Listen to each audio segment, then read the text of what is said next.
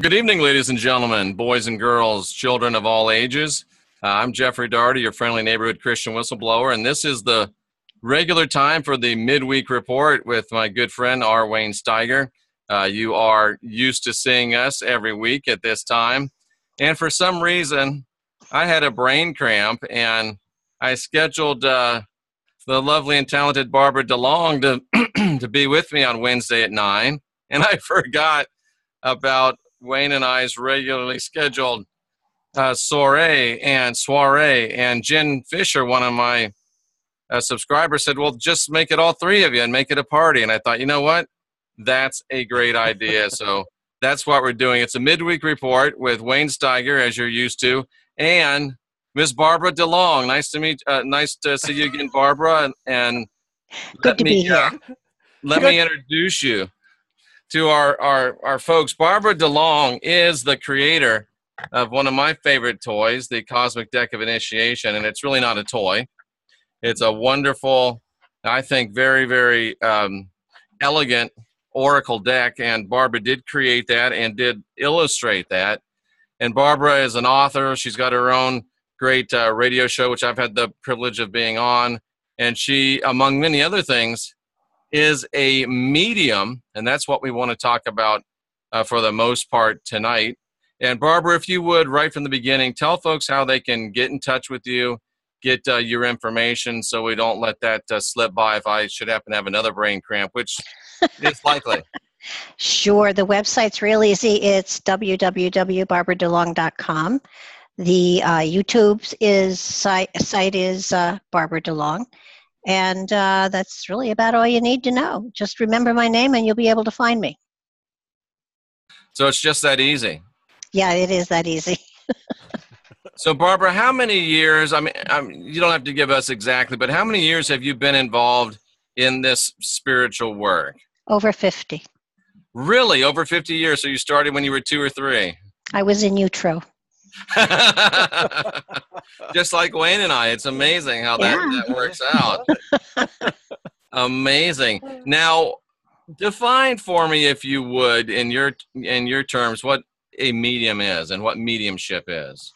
Okay, well, there are lots of different definitions of medium, and certainly the Spiritualist Church has an incredibly huge explanation of it.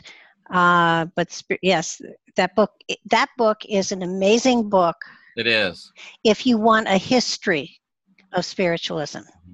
It will give you an amazing history of where we came from for the last 100 years.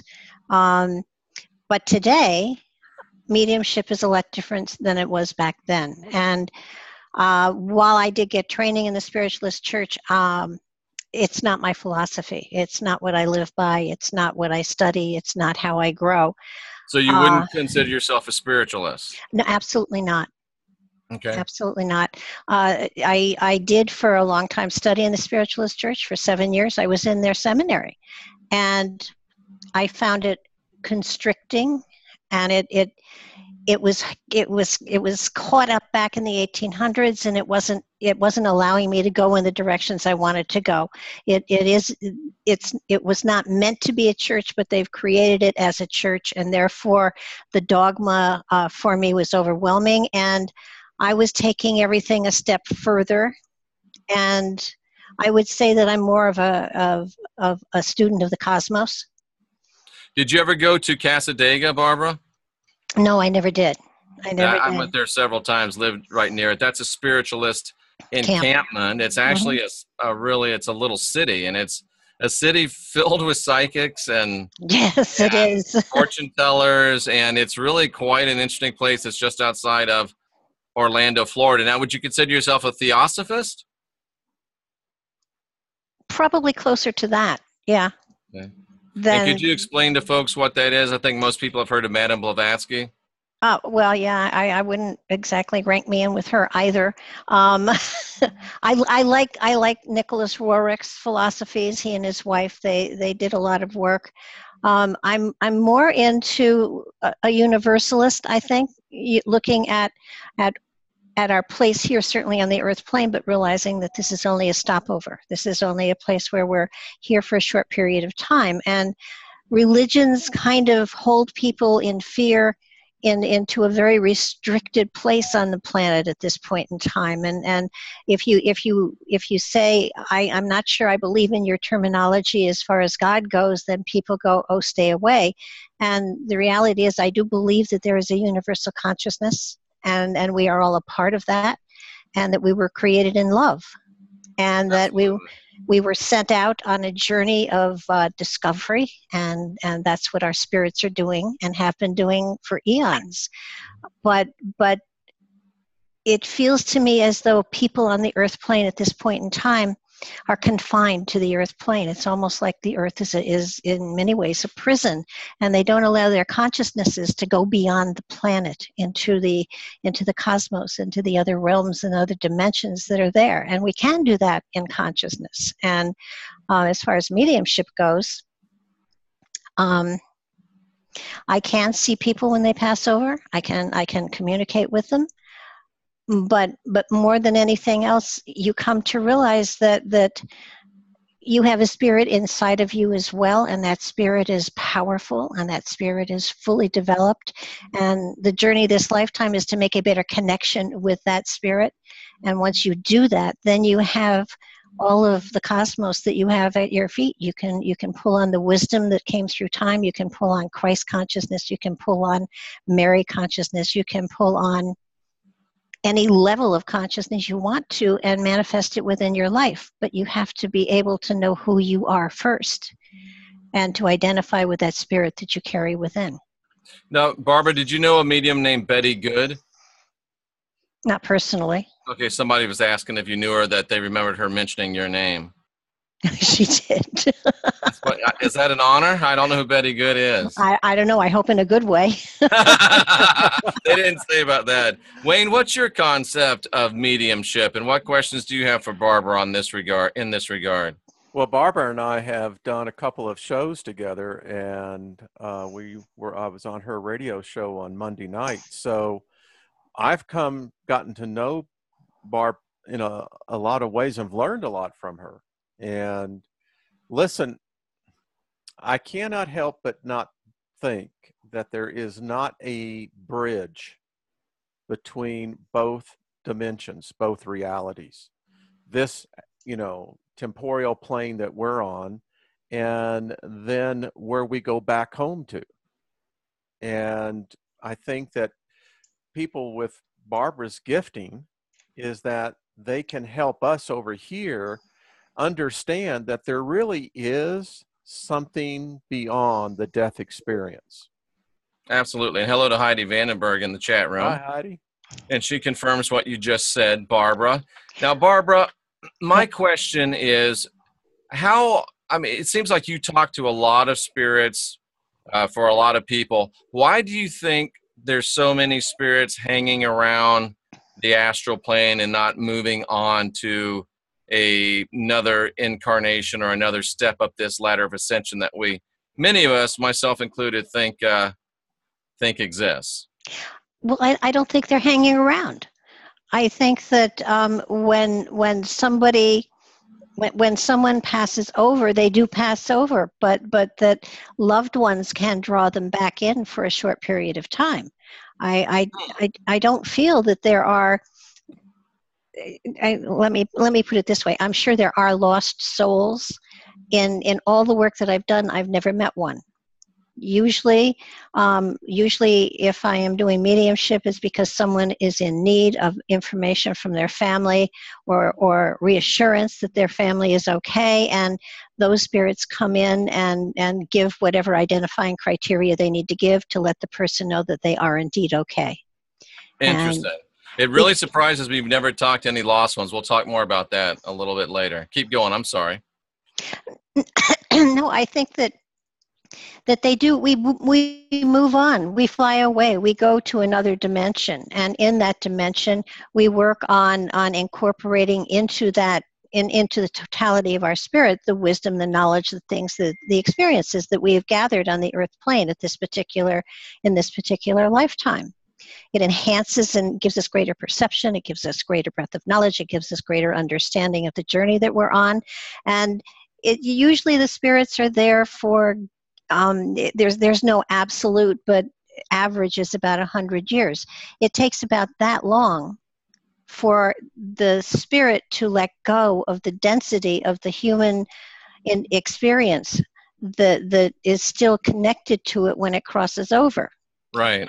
So that as that time frame goes and the density and the spirit becomes less and less dense, it then gets to a point in time where it's, let me see where else I can go, what other experiences I can have. And you think that takes about a year? No, 100 years. Sorry, 100 years. 100 years. Okay. About 100. It's give or take 100 years, and you don't have to come back. I mean, there's no rule book that says you have to come back. But if you don't continue your journey, there's no point to evolution. So it doesn't mean you have to come back to the Earth plane either. You can go into other dimensions and other planets and other galaxies and other whatever else is out there. Right. Now, in my spiritual cosmology, I think of it in terms of going, the spirits that leave this earth plane are up in the, what we would call the astral realm.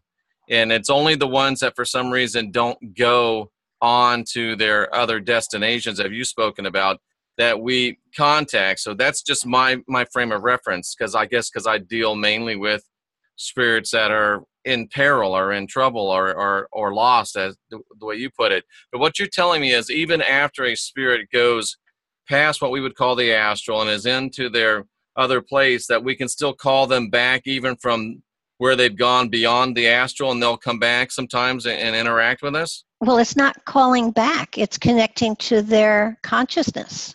But so some of it's still here, even though they're way gone? No, their consciousness is still out there.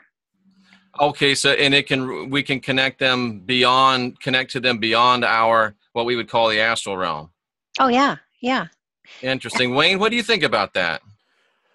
I tell you, I've been giving a lot more thought to mind, capital Mind. Okay, yeah. And I'm still evolving on this because I think the consciousness of humanity individually is still evolving as our science begins to catch up with sometimes our theology, or vice versa.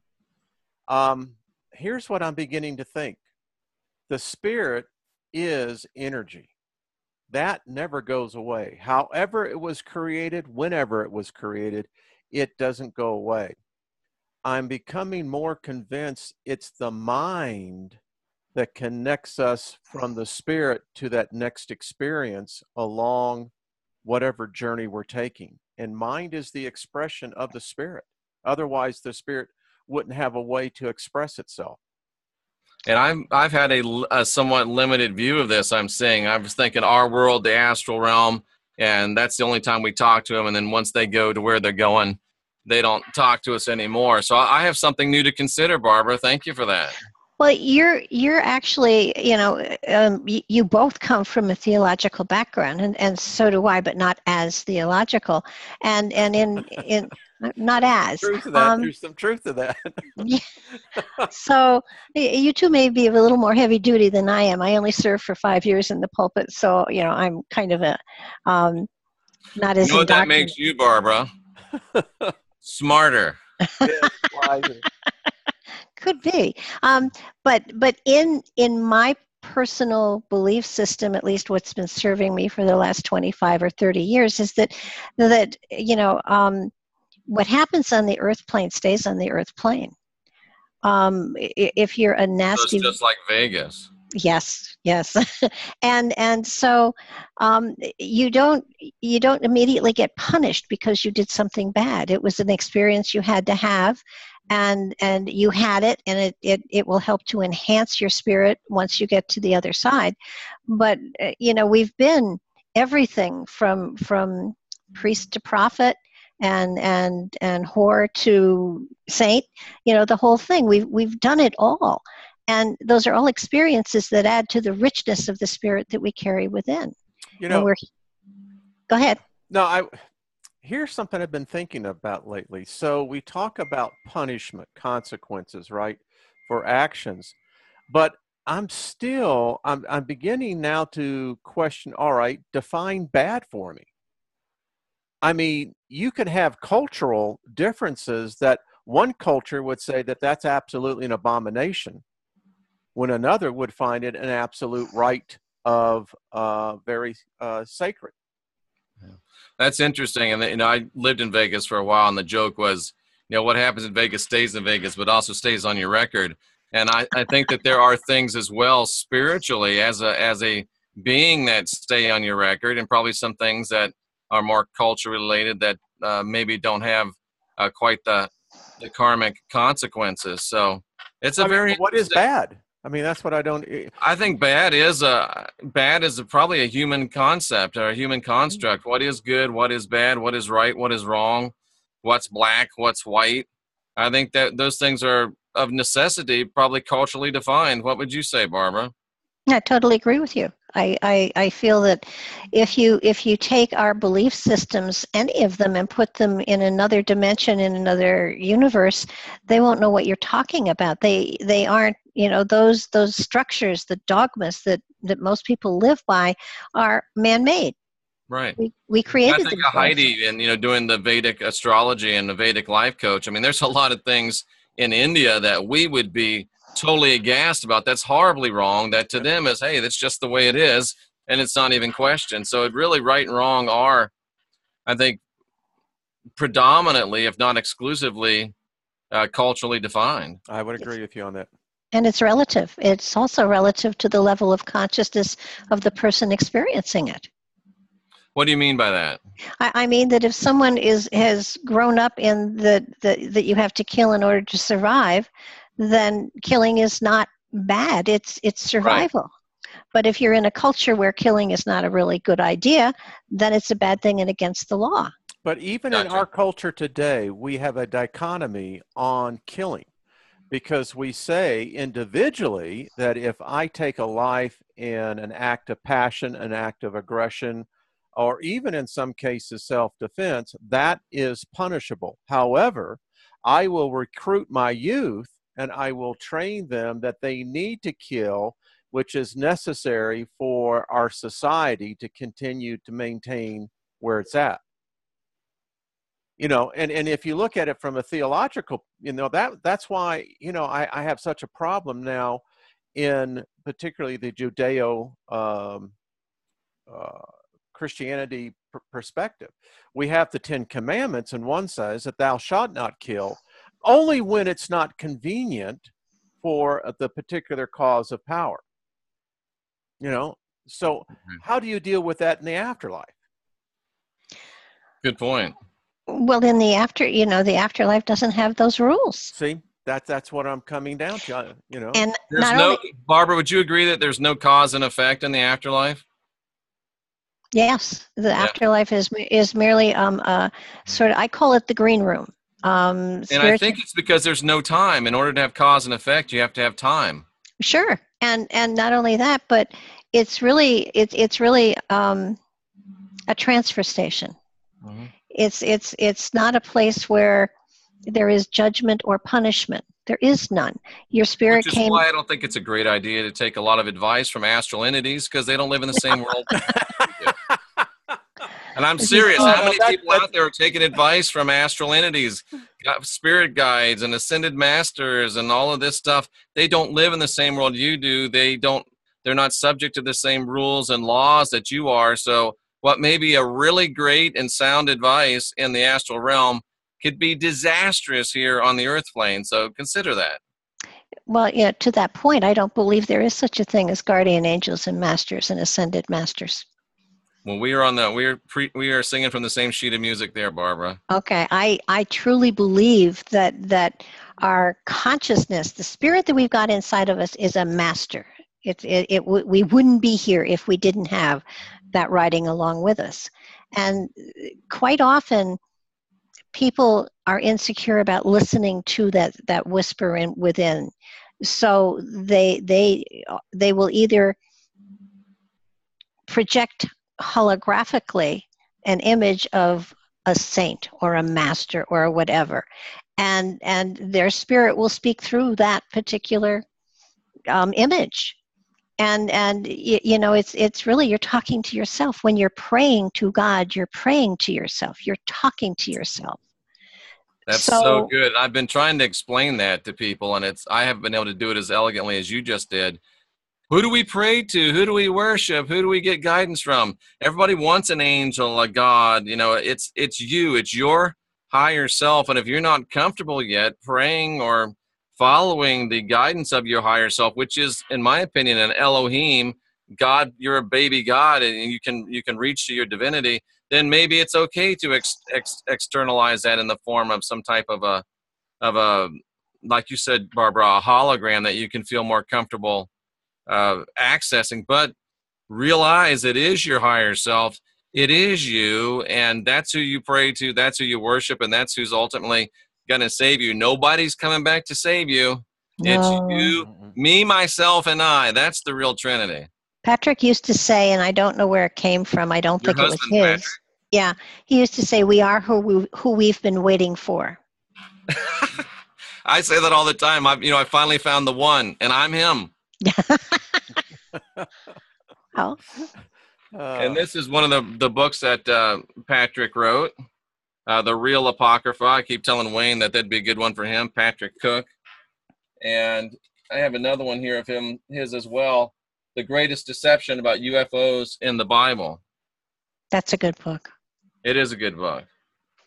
Excellent. Very good stuff. And these are both from Patrick Cook. Oh, glad they were added to your library. Absolutely. They're on my reading it shelf. This is the top is the reading it shelf. If it's turned with the pages like that, I'm reading it. So Wayne and Barbara, let me ask you a question. I discovered probably about a year ago that Peter, the Apostle Peter, said that both he and the Christ and the rest of the apostles would go into the spiritual realm and evangelize people that left this earth with inaccurate information that was hindering them from moving on to their full spiritual reality. I call it astral evangelism, for lack of a better word. How does that concept hit you, and what would you say to it? Both of you, please. Well, when you get to the other side, you're pure spirit, so there's no need for that. Well, why would Christ and Peter be doing it then? Well, what old man in a skirt wrote that? Okay. Wayne, what do you say? I got to go with kind of Barb on Where's the side. mute button for Barbara? You know? First of all, it's odd because I was thinking about this today. I was actually baking earlier today. And did you have on an apron, Wayne? No, it's a good time of meditating, though. I mean, cooking is really food alchemy. It really is. And here's what I'm coming to. All of our belief systems here in the Western culture is of a Hebraic nature. And, and when I hear people talk about the Christ message and what have you, and I'm scratching my head going, so what was the message of the Christ? That I need a savior? That was the message of Jesus, not the Christ. Okay, so if the message of the Christ is to help ascend to that other place, boy, someone hijacked the message along the way. Absolutely, and his name was Paul. And did a great job of it. Oh, yeah, very thorough. But you look at these guys, they had to say that to make themselves important so people would listen to them. Absolutely. So, which has got to be the worst reason for saying something, in my opinion, but it worked. It worked, and it still works. That's the beauty of it. Right. Yeah. And the message over there in every church is the same message. It's love. It's you're preaching love. You're talking love. We were created in it, and we're meant to magnify it. And we're meant to manifest it within our reality as best we can. And we all have the same spark of the infinite within us, the good, the bad, and the ugly. And once we hit the other side, we're perfect. Why would we have to be preach to if we have total cosmic consciousness.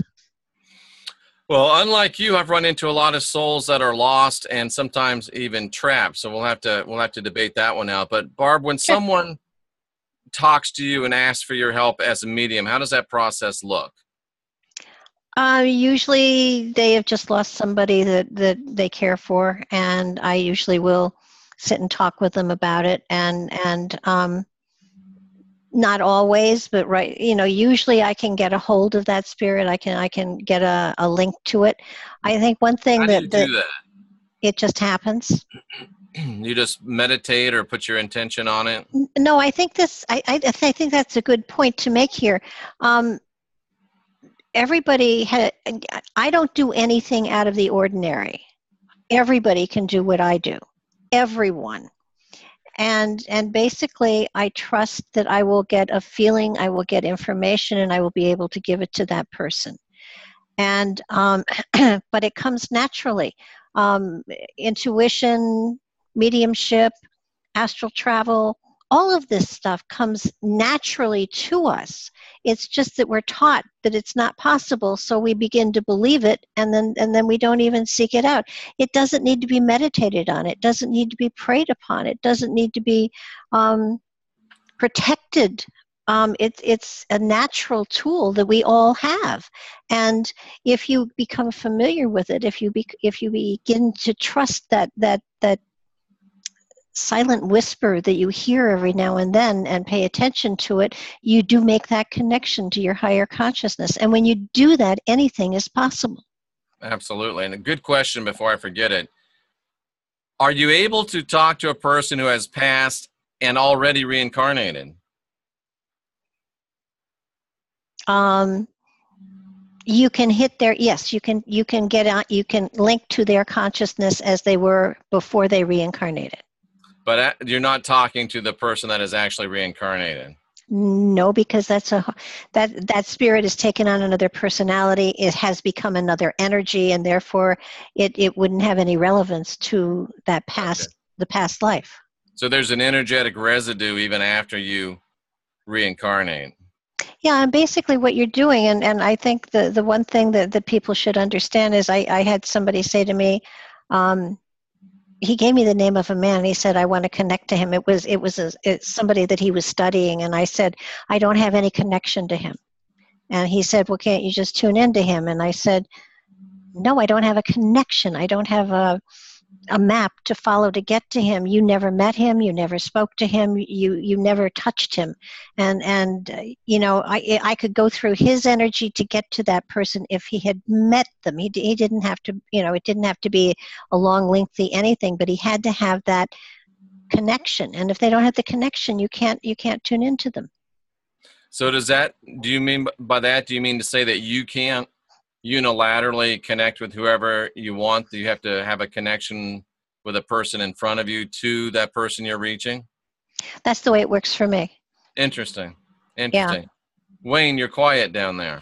Well, I'm listening, and sometimes you really gain more because you got two of those with one of these. But as I was listening to the conversation, I'm thinking to myself, and so here's where my mind goes.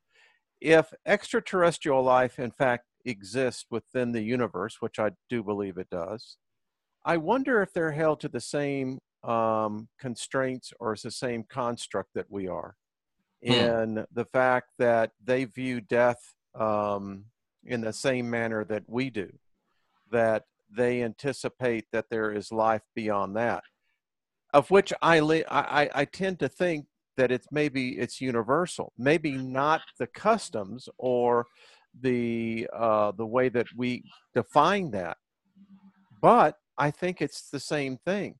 And I'm thinking that when we talk about making connections, I just thought to myself, well, how could you make a connection to an historical figure 100 years ago? You're assuming that individual that you're reading about is actually that individual that actually lived. How could you know? I mean, you wouldn't know. There wouldn't be any connection. Do the dead communicate with coins? They do leave coins. They leave pennies.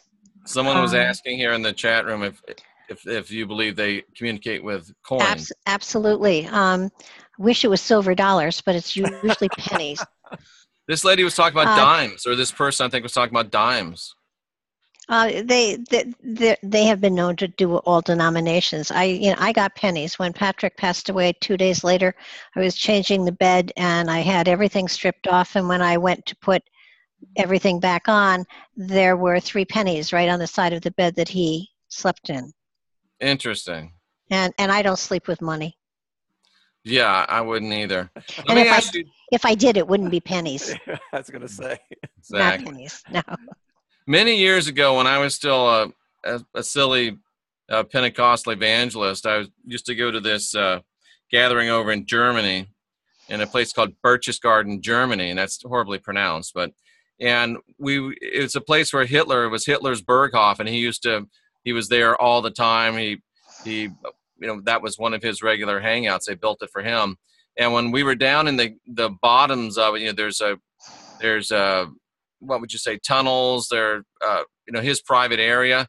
When we were down there, we would hear his voice calling his dog Blondie. We didn't know it at the time, but after doing some research, we would actually hear Adolf Hitler's voice calling his dog. We would see figures in the black SS uniforms. And what would you say that was? Is that residual energy or what, Barbara?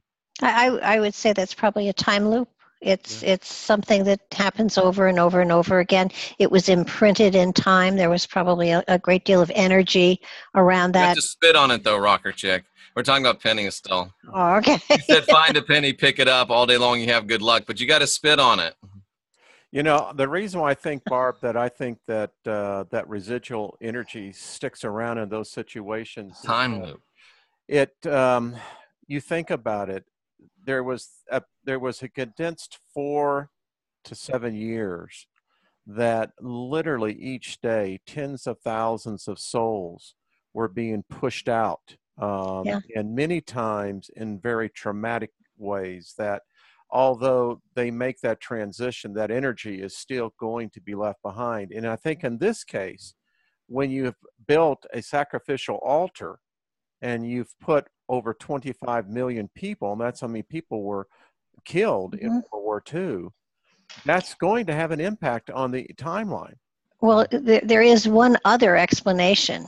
And because I wasn't there and didn't experience it, I couldn't tell you exactly what it is. But there are times when timelines overlap, and you may have been picking up another timeline at the same time. You have 2 timelines overlapping, and when you do, you're seeing what's going on in the other timeline, but you can't touch it or experience it. You're just seeing it. Interesting. So, Wayne, are you saying that it was energetic residue, or you think it was a time loop as well? I think that it actually pierced the fabric of the space-time continuum.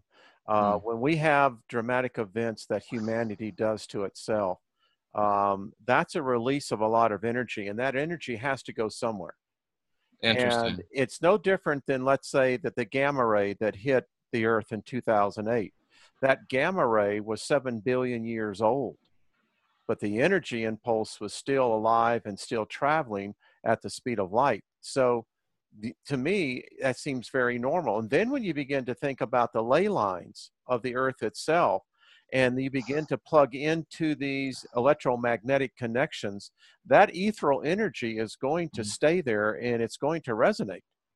But it's so interesting to me that it was such positive energy. I mean, it was Hitler's voice, whistling and, Blondie very sweetly for the dog.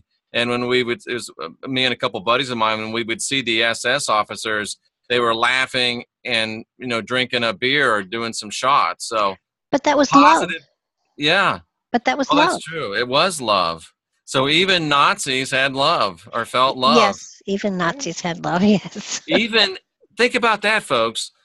The guy who we think of as probably the most notorious, horrible person in history, what I felt down there wasn't the hate, wasn't the murderous intent, but the love of calling that dog Blondie and, here, girl. And wow, that's quite a statement. That kind of gives me Well, chills. it's probably one of the best relationships he had. It's probably the only. I mean, when you stop to think about it, dogs give you unconditional love, and we give it back to them as best we can. That's absolutely true. Read That's a absolutely story true. today I think it was the New York Times, I believe, that says that humans would prefer Yes, I dogs, saw that. yeah, than humans. And I went, okay, yeah, yeah, because it is unconditional love. You know, Wow, that's very, very interesting. So, Barbara, when people come to you and they say, I want to contact Aunt Charlie or, Uncle Charlie, Aunt Bill, whatever, Yeah. and have you ever had them say, we're trying to find out where they left the money? Yes. How does that usually work? Um, well, you can't. First of all, you can't you can't sit down with the medium and say, I want to talk to so and so. Mediums open a portal and spirits come in. But they do it all the time in the movies, Barbara.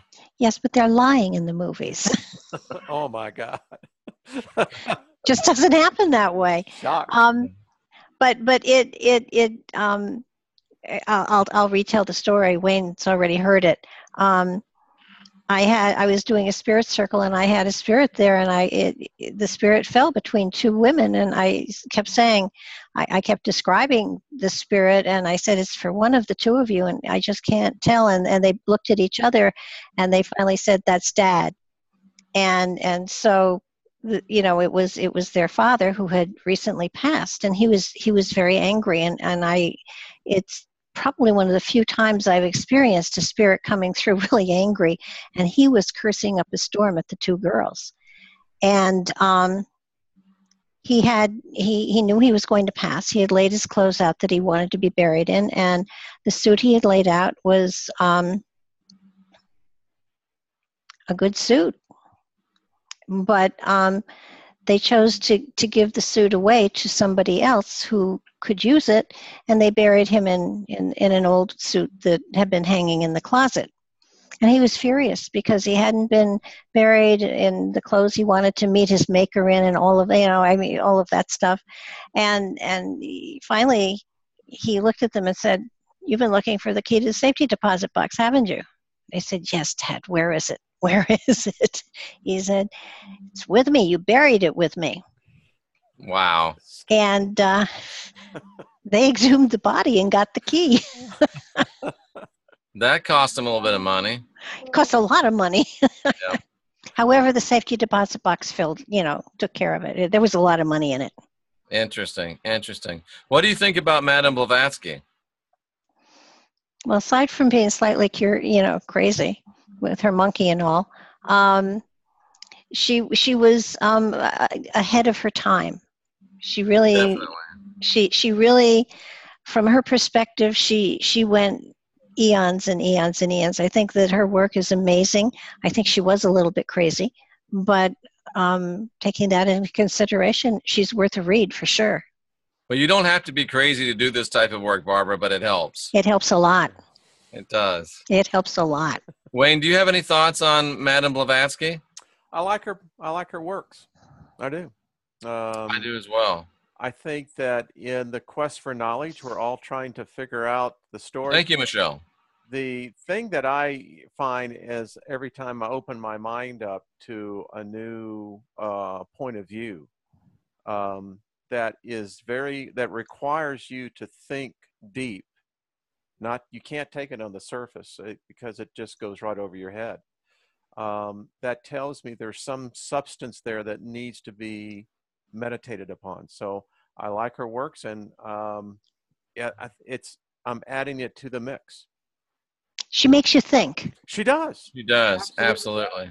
Wayne, what else about mediumship in your mind or on your mind? When I look at this, I often think about the fact, all right, do ghosts exist? Can they manifest themselves?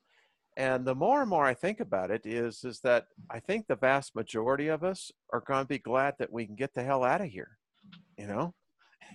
And I've been thinking about this, it's like, all right, what was it that the Christ said? Let the dead bury the dead. Isn't that, and let the living go on and take care of the living? It's that great line in the Shawshank Redemption, you know, either get busy dying or get busy living. Well, you know, when you say the word medium, it's the same as the word channel, and it's someone who is able to bring information through. But with every single person who is a quote medium or channel, bringing it through, it picks up parts of them. So if you're going to go to a medium, make sure that they are happy and healthy and content, because otherwise you're going to get information that is colored by where they are in their lives. You mean the medium themselves? Yeah, absolutely. I mean, there's no way about it. You bring information through yourself, but in order to do that, you're using your vocabulary, you're clearing a way for information to come through, and you know, you have to make sure that the person you're sitting with is in a good place. And so many people will go to psychic fairs, or they will go to somebody that, you know, was just fabulous for someone else. They don't take the time to check people out, and I think it's really important to do that. Even more so, just listen to yourself, and you can make the connection yourself. I like to add on the channeling. Now, for myself, you know, I'm channeling, there's information being channeled to me every day. And the more I pay attention to it, the more sensitive.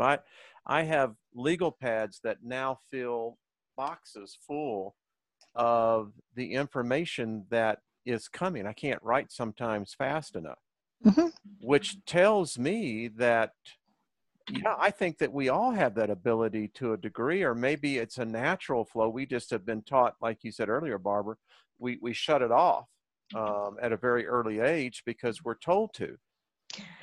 Well, what happens is we start thinking instead of allowing. If you let things flow through you, you're not thinking about what you're gonna write. It just comes, and the minute you start to analyze it and think, you pull yourself back into the physical realm and the densest part of your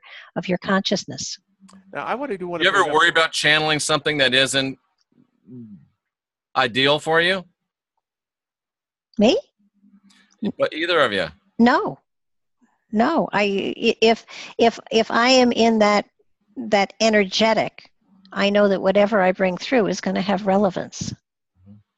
And I don't seek it. It seems just to come.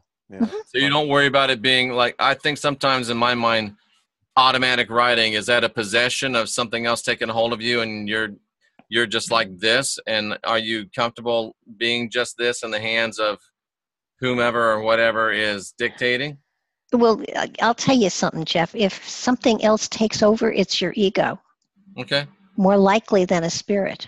What say you, Wayne? Well, I think my brain is capable of doing 100 trillion calculations per second. Do you know how far I've been able to actually pierce that? I would agree with you. If you're tuned into your blink and you've got your, you know, analytical mind dialed in, I'll be frank with you. I'm still dubious on channeling. I'm still dubious on channeling. Well, study Tesla. One of the things as Tesla in his later life began to understand the force of the ether. And he began to write a lot on that, on the forces that the ether has. And he even said himself that there was times that he felt that the information coming to him was of another origin. And, you know, well, one of the things I'm learning about Tesla is that he didn't believe in gravity. He said it's a false science. And I'm going, okay. So, you know, who knows? I mean, the way I look at it, and the thing I'm getting more sensitive of it, is that our species, we're still evolving. Evolution is still taking place. And the knowledge we're getting today, I have no doubt that we have, you know, they had a program on the other night about the star children. They're showing up all over the world. And at the age of 6 and 7, they're doing advanced calculus. And they have memory recall. they know that they're not from here. And I keep asking myself, well, are we seeing a new age, a new shift? I know this is totally off subject, but I've been studying as well. I didn't realize there's an advanced theory in astrophysics that says that our solar system is not of the Milky Way, that we were in fact part of the Sagittarius galaxy. So I'm beginning to think, all right, if there are greater forces greater than us that we call gods, that we put them out there, are we in a cosmic battle? And then I thought what you were saying earlier, Jeff. Between different us's? Well, against different entities. Oh, okay. I mean, if you have one entity that could be defined by having rulership of a galaxy, and it conquers a lesser one, are we the victims of the war? Interesting. I don't know. I'm saying we don't know what we don't know, Jeff and Barb. That's just it. Yeah. And we struggle with that. Is that because when we begin to see people come up with new ideas, new epiphanies that may not jive with the way that we see things, I'm beginning to understand maybe they're bringing a new enlightenment to the subject. Right. All and right, so talking, finishing up on the channeling, I have sat down and wrote a 300-page book in 3 days too. But I mean, I'm channeling my higher self. I'll be honest with you. I don't like the idea of channeling other entities. I don't want to give over my sovereignty to another entity to take over and talk through me. That's just me. Well, I don't think I have another an entity at all talking, unless it's they're a great poet or a great writer. See, I would say that you're channeling your higher self. Yeah. Wayne. It's like John Lennon said. John Lennon said that he could sit down and write a song literally in a minute, and they asked him, where do you get it? And he said, and in fact, Van Morrison said the same thing. It just comes. Yeah. It's just like something came in and just dumped it. Mm-hmm. And I heard Lennon say that he would write when he was, under the influence of some various intoxicant. He would think, oh, this is the most profound thing ever. And then he would read it when he sobered up and he'd realize it was just rubbish. So it was the stuff when he wasn't jacked up that was good, and the stuff when he was jacked up, not so much. Well, I wrote a whole book of poetry that was channeled.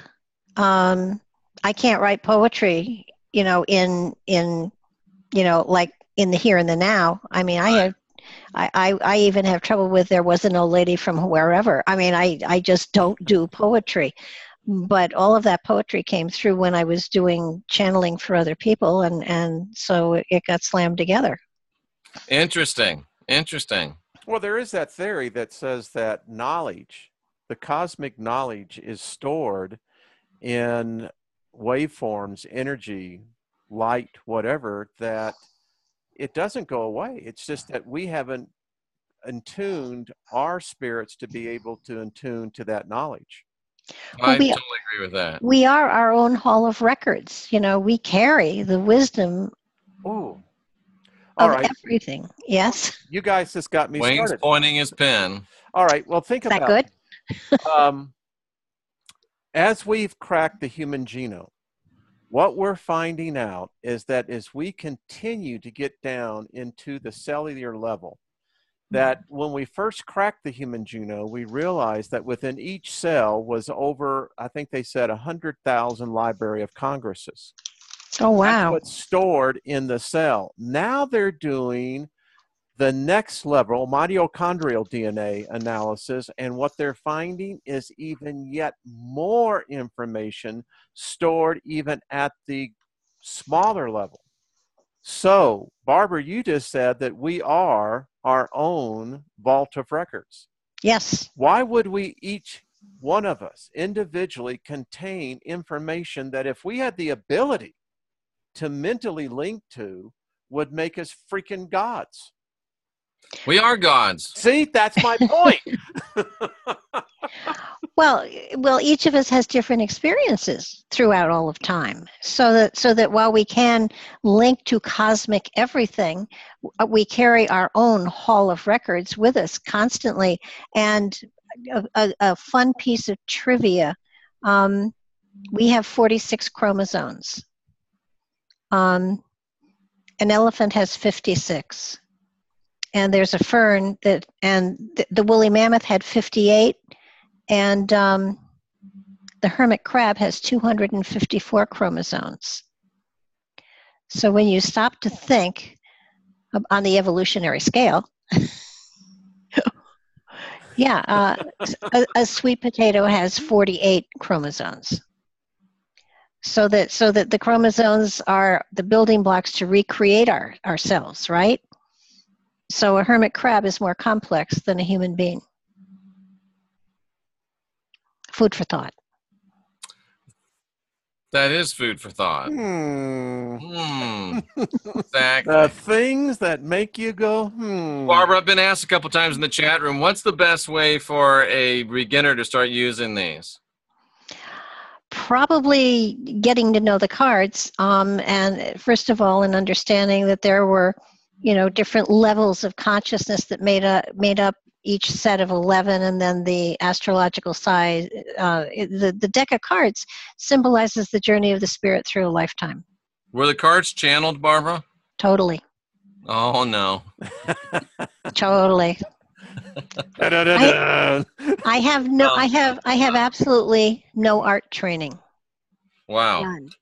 Now, I had been painting personal mandalas for about 10 years before the deck of cards happened. So there are look at the art on these cards. There are 500 personal mandalas all around the world.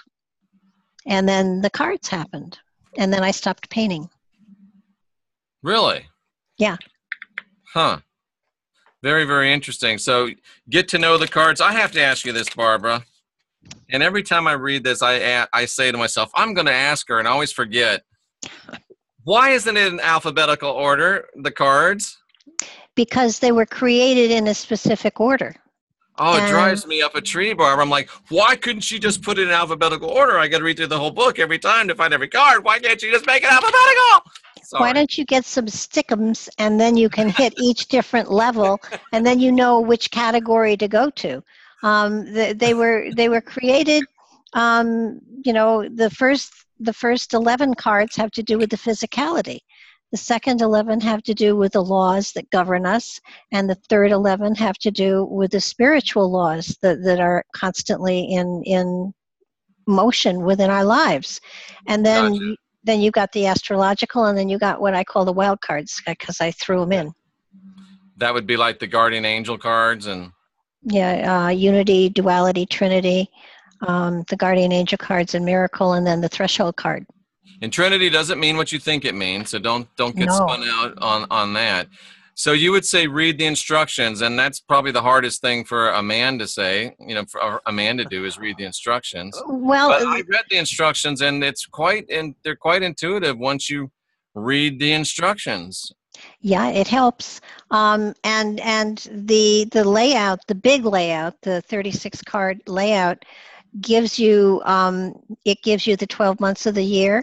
Mm-hmm. It gives you the 12 astrological houses. It gives you from the inner circle out, it gives you body, mind, and spirit. It also gives you past, present, and future. So it gives you a tremendous amount of information. And then it can even go further. So if somebody is saying, I have to talk to a lawyer, when would the best time be? You have the face of the clock. You can see where communication is going to be the easiest and tell them what hour to call and talk to the lawyer. Oh, very nice. You'd lay out either 12 cards in a circle, or you could even do it 3D. Yeah, get more insight. Yeah, you do. I would do 13, so you'd have a central card too. But it gives kind you of override. It gives you which time frame would be more conducive to, if it's an intellectual thing, or if it's an emotional thing, or if it's a legal thing. You can figure out when would be the most appropriate time to utilize that energy. Interesting. Did you happen to catch the 12-month prediction I did using your cards? I did. I thought you did very well. Oh, thank you. I appreciate that. Wayne, have you been introduced to these yet? Yep. I'm learning, so I take it a little bit, one step at a time. For me, it's not a gift that I have, but I like it. Yeah, I could just see Wayne overthinking them. But Well, what does it mean by universal wisdom? Is that universal in this universe, or is that all universes? Is that big U universe or little U universe? And is that marijuana? We do live in Colorado. That's right. That's right. I have found that some of the best readers with this deck have been men. Really? Yep. Wow. Interesting. Very, very interesting.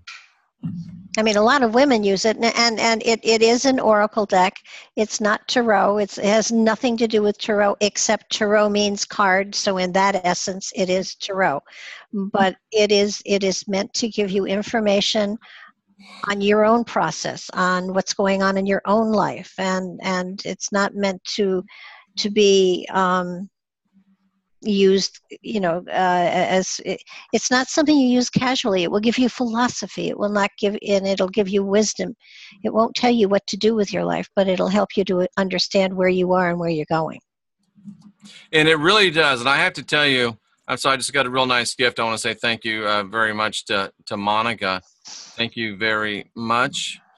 It is truly an oracle deck. I have to say that, and I'm, as you can tell, kind of a tough sell, but it definitely is an oracle deck, and you did a wonderful job with it. Well, they came through me. They weren't of me. So, but the interesting... Just don't say that again, Barbara, because I'm kidding. You have a dirty mind. So you're telling me they're channeled, and I don't like channeling, so I have to maybe there's some growth possibilities there for me. Well, let me. There is something else that's very interesting about the deck. What I do like though is Groupon, and I have a little trouble with Groupon because I keep ordering them. The deck, when I did it, the same patterns came through some priests in an ashram in Pacific Northwest, and there are a lot of the same patterns in that group that are identical to the cards, and they use them as portals to other dimensions. I went with a friend of mine to a Native American healing circle, and there were two shamans there, and I did not know we were supposed to bring a gift. I didn't know it was traditional. And the only thing I had with me was a deck of cards, so I gave the deck of cards. And he and his assistant pulled me aside. It stopped everything, and they pulled me aside, and they were looking at the cards, and he said, "Were you aware that these are power shields?" And I said, "No." And he said, "Where did you copy them from?" And I said, "I didn't. They just happened. I drew them." And he looked through them a couple more times, and he said, "It must be time that they're shared." And at the same time, in England... So what does that mean, Barbara? That they're power shields, that they're connections to other dimensions? What do you say?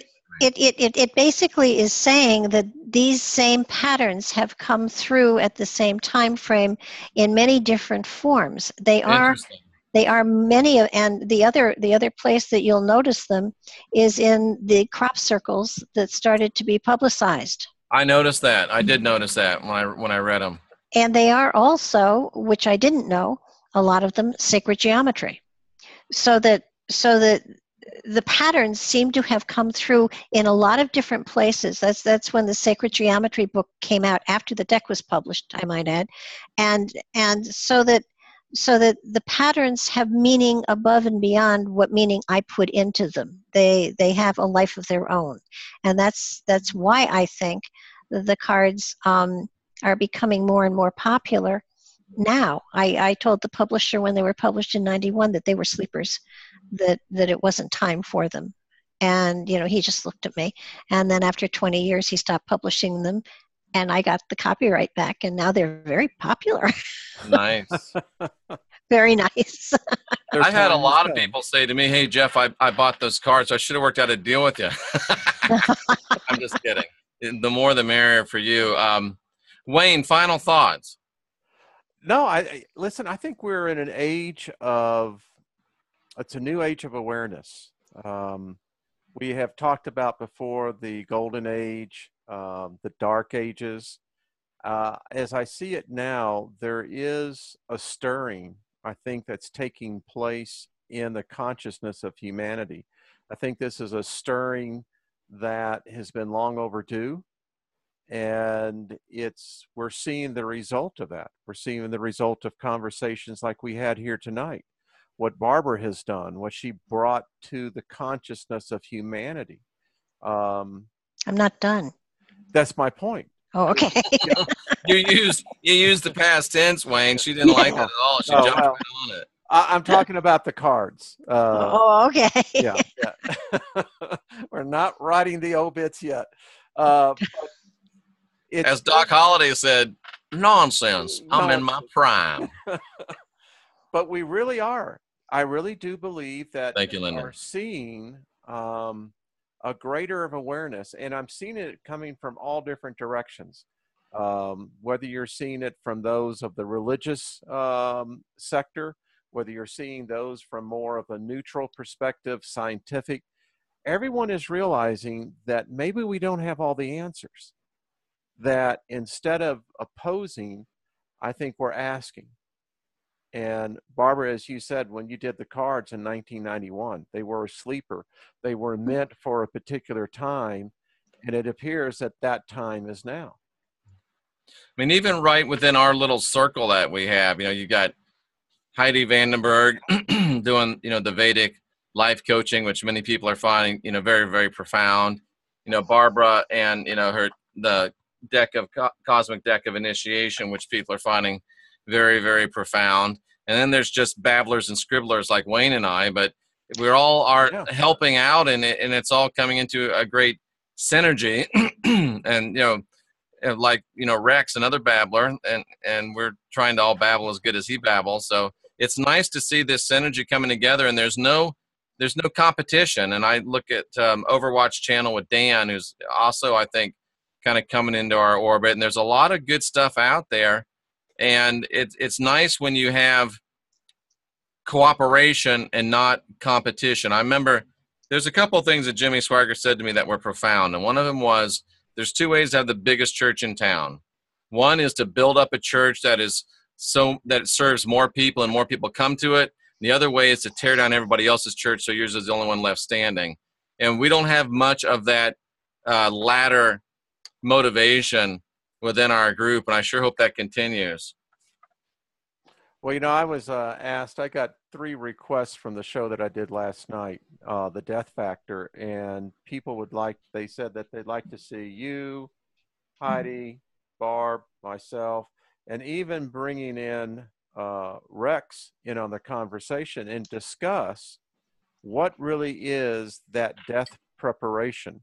People want to know, as I've told them that, I still say the idea of having transition centers where people can come in, and I'll just share this with everyone. So I had a person write to me from Mexico City, and he said, I watched your show, and he said, he was just saying, bravo, bravo, bravo. He said, I want to tell you why we worship the dead, the Day of Souls, and why it's represented by skeletons. He said, we believe that if you teach the young that this is the inevitability of the outcome, then you can go through life living life.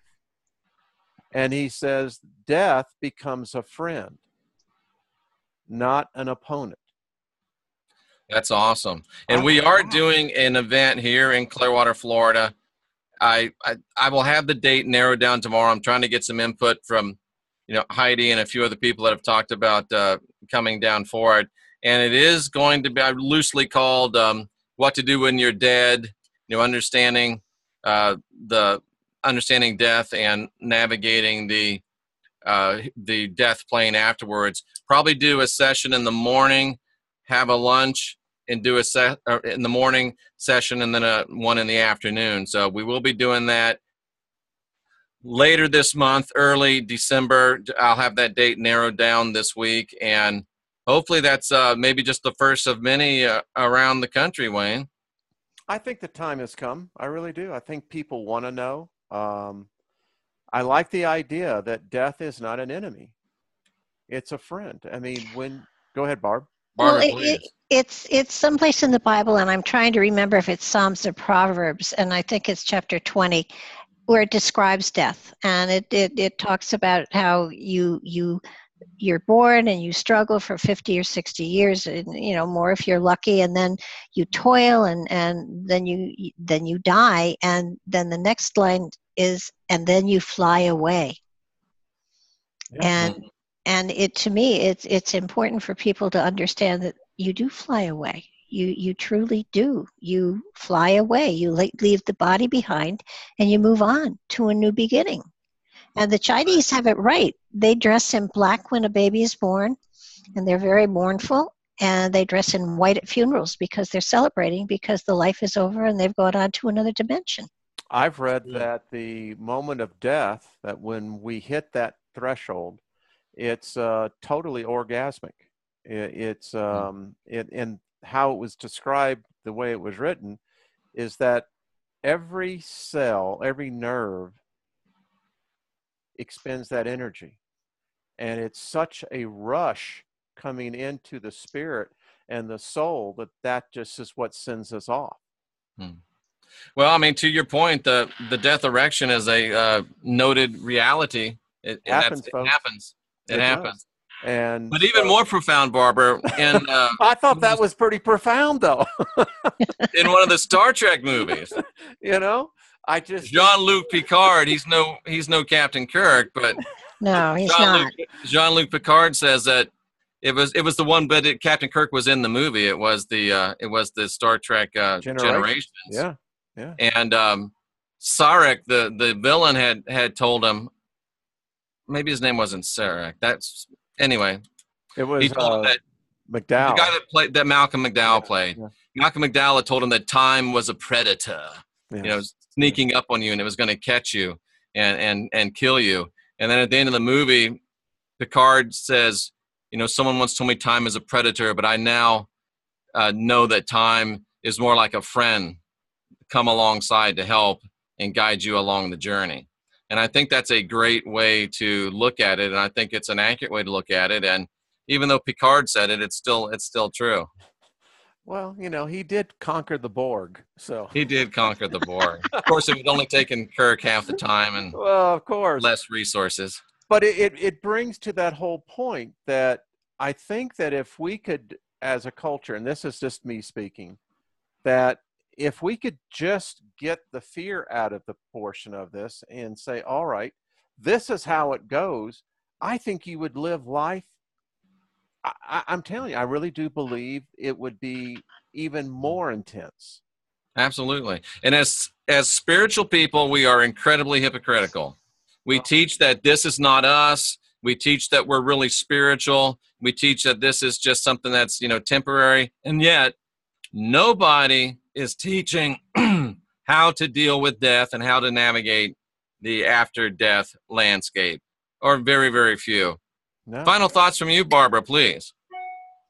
Well, I think that I totally agree with you but we make death such a frightening thing. We don't make it a comfortable, loving thing. And I think that's by design from the dominant religious paradigms. Absolutely. And if people understood that it was the beginning of the greatest adventure ever, that they wouldn't be as frightened of it as this would do, folks? You know what this would do if this mindset began to thread through the consciousness of humanity? It would empty all the churches, number one. Absolutely, and that's my goal. It would change politics on a global scale, because politics would not be predatory as most worldwide religions are. I think it would begin to change the consciousness of man. Oh, absolutely. No doubt about it. Yeah. So bravo. No doubt about it. Someone said that, I'm not sure how to take this, Wayne, for you and I, but they said you should change this to a three-way talk and call it the midweek trifecta. Hey, there's always room for improvement. That's what There's always room for improvement. Yeah. Barbara, it's been a joy and a pleasure and an honor as well to have you with us.